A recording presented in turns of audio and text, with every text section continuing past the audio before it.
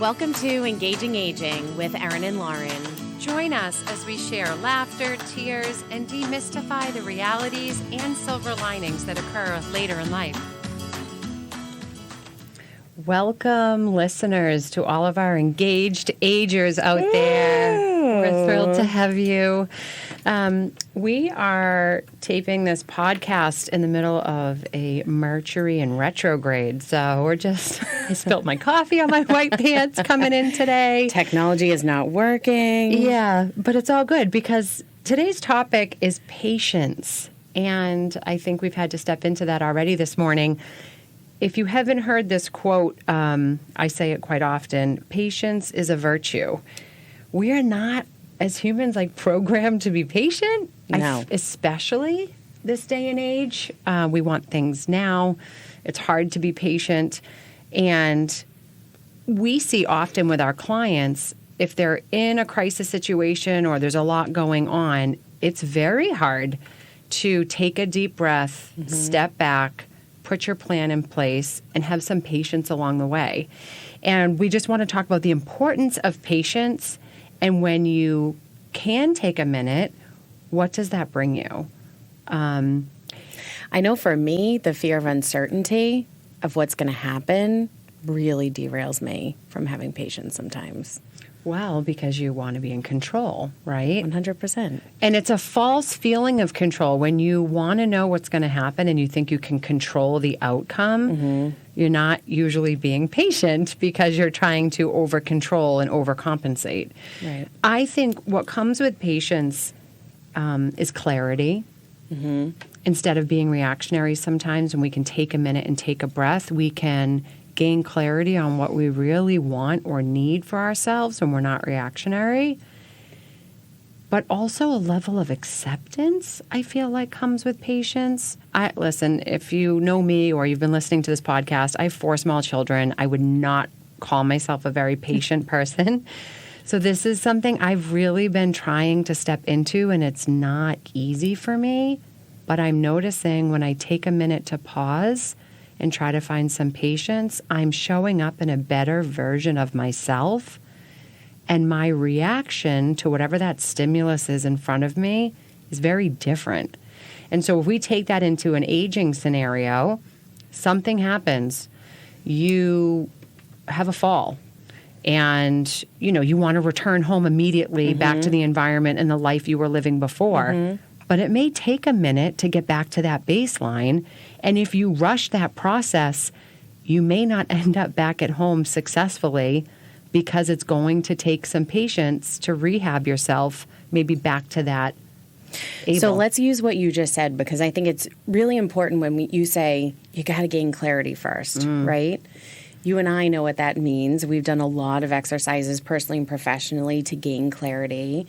But for somebody that's listening today that is constantly on alert, doesn't have patience, doesn't know how to even start to practice patience, and we talk about clarity, I always say that there's power in the pause, right? To what you said. What does clarity actually mean, right? Because I think that's going to help us when we start to talk about aging. But how do you even get there? Sometimes I think there's so much going on in our minds. There's a lot of external environmental stuff going on. You can say all day, I'm going to try and gain clarity today, but it's easier said than done, right? How do we even take a minute to gain that clarity? I would say, for me, where to start with that is your I am statement. So what are your affirmations? The I am statements that you create for yourself are either attributes or qualities that you know are true about yourself, or you want those things to be true about yourself. So basic is, and it's going to be different for everyone listening, but I am strong, I am calm, I am kind, I am open, I am acceptant, I am wealthy, I am stable, I am healthy, I am hydrated, I am friendly, whatever it is for you. I'm blessed with family, friends. whatever it is. Take a minute, write down up to 10 things that are your I am statement. Get really clear on what you know you are or what you want to be. And you could be 99 years old and change your I am statement. You can step into the power of who you want to be or who you know you are. Start with your I am statement, get really clear, and start to say that daily. What happens when you gain clarity on who you are or who you want to be, you can then start to take aligned action to be those things. So here's one of mine. Here we go. Just put it out there. With my children, I say this a lot. I am calm. I'm calm. So my action in response to whatever stimulus they just threw in front of me, a tantrum, a fight between siblings, whatever, a spilt cup of milk, I am calm. But just by you saying that, you are actually reframing everything that's going on in your body, your response system to truly, I am calm. But I'm pausing. I'm creating a pause before I react. And it's so interesting when we were just out in the parking lot and you were getting out of your car in like such a, whirlwind way, the Erin DiCarlo way, as I always say it, like quick on to the next thing. You had 2 coffees in hand. You had your bag. You had your life. You had everything, right? And we immediately started going into a conversation and I could just see slow motion, that coffee going over and just spilling over your pants. But you know what you did? You took that breath. And you just started laughing it off. And that totally changed your vibe. You could have been way worse off thinking, I have white pants on. They're beautiful new white pants. And your life would have been a disaster. But we paused and you laughed about it. It's okay. We got some wet wipes that didn't even work. But yeah, you took that minute to just adjust. And it could have been a very different ending, but you chose differently in that moment. We are taking ourselves in this life way too seriously. In my professional opinion, we all need to take a breath and laugh and find some levity, especially in these challenging client situations that we're walking into. We have many examples with client cases, but I was meeting with an engaged ager yesterday, and she was in a serious tailspin. She's in a very heightened emotional situation with her children. They're not getting along. It's really ugly and messy. Yeah. And she's really going down a rabbit hole in this despair that she's currently in. And by the end of our meeting, we were laughing and there was a lot of levity in the room.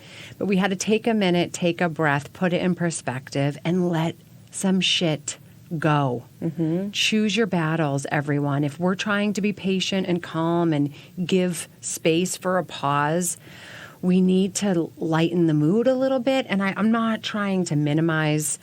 There are real tough situations that we're in. But if you don't want that to be your all at all times, you need to make some real clear decisions to shift your focus and your energy and just let some of it go.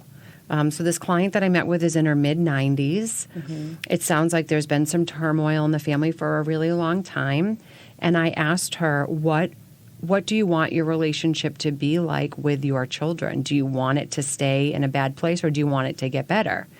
And she said, of course I want it to get better. I said, so what actions are you taking?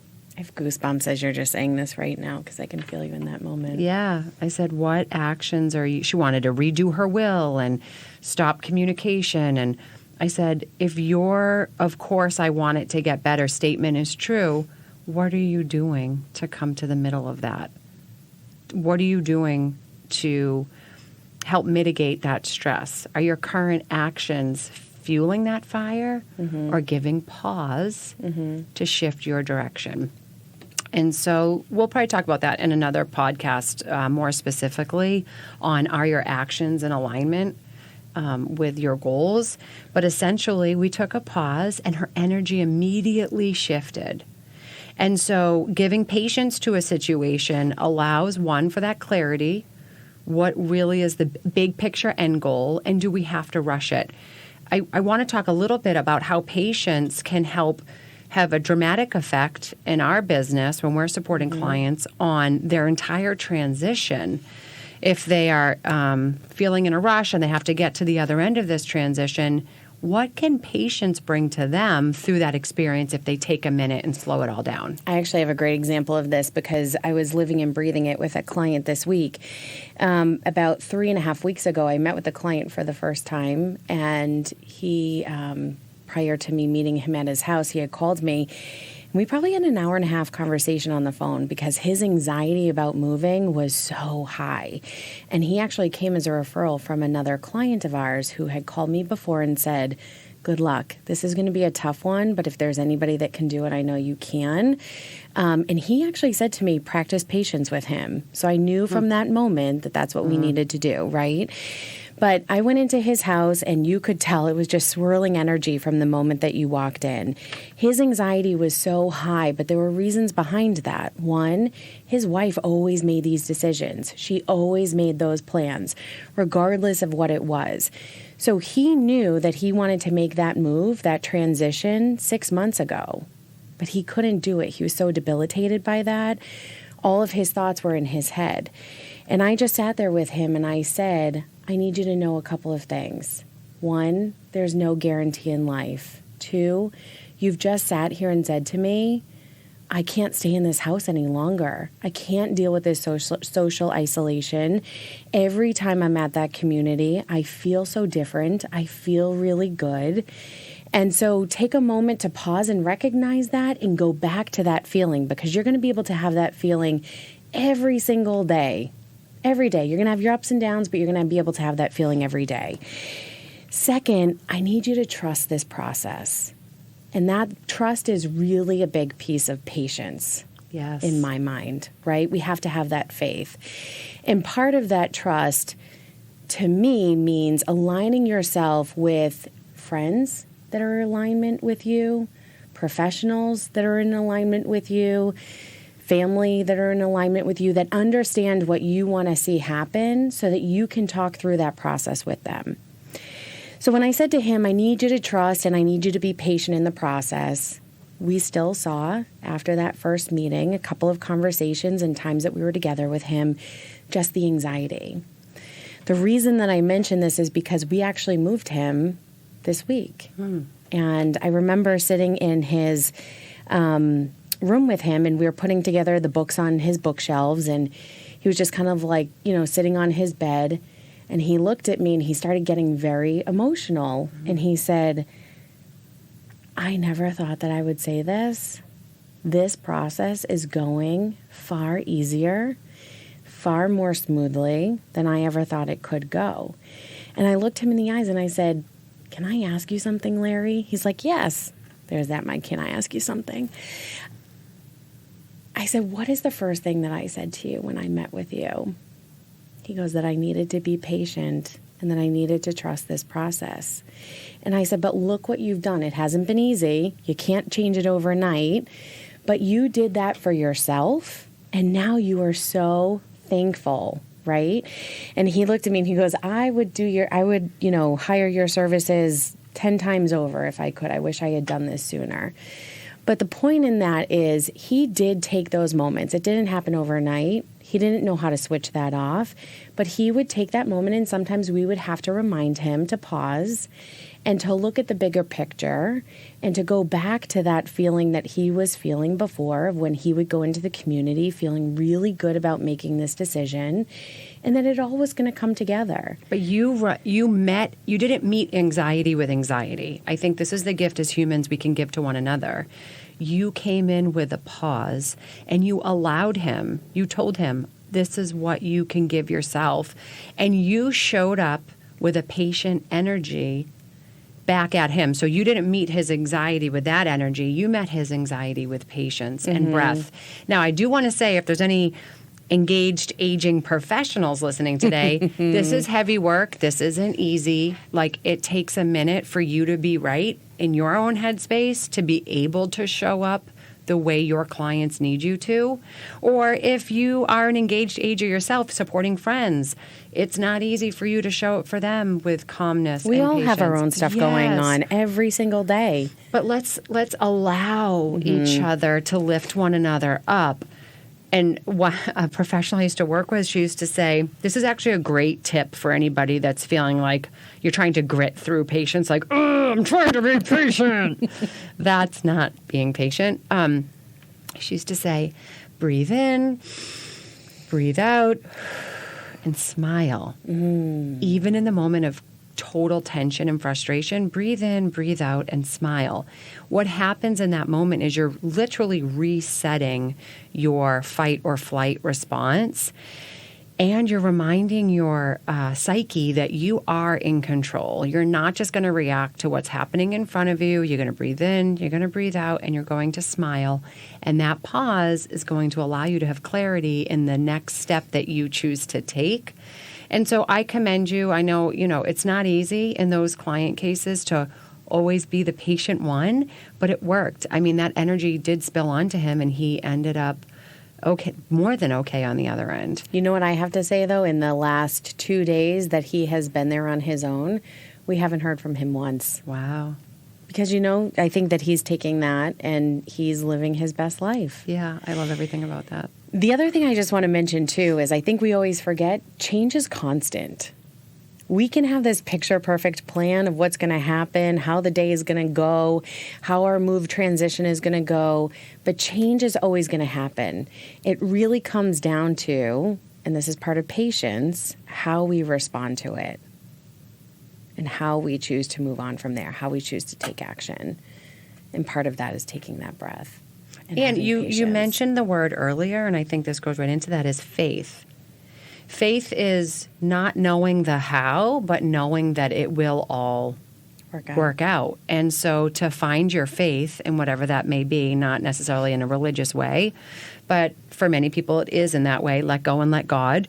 Or for others, just to know that it's all going to turn out the way it's going to turn out, and that's the way it's meant to be. And don't try to force it or rush it. So join us in this journey. We'd love to hear from you. Are you doing some new practices to step into patience? How is it going? Giving yourself grace along the way when it isn't so easy. So thanks for joining us, and we look forward to continuing the conversation. See you again.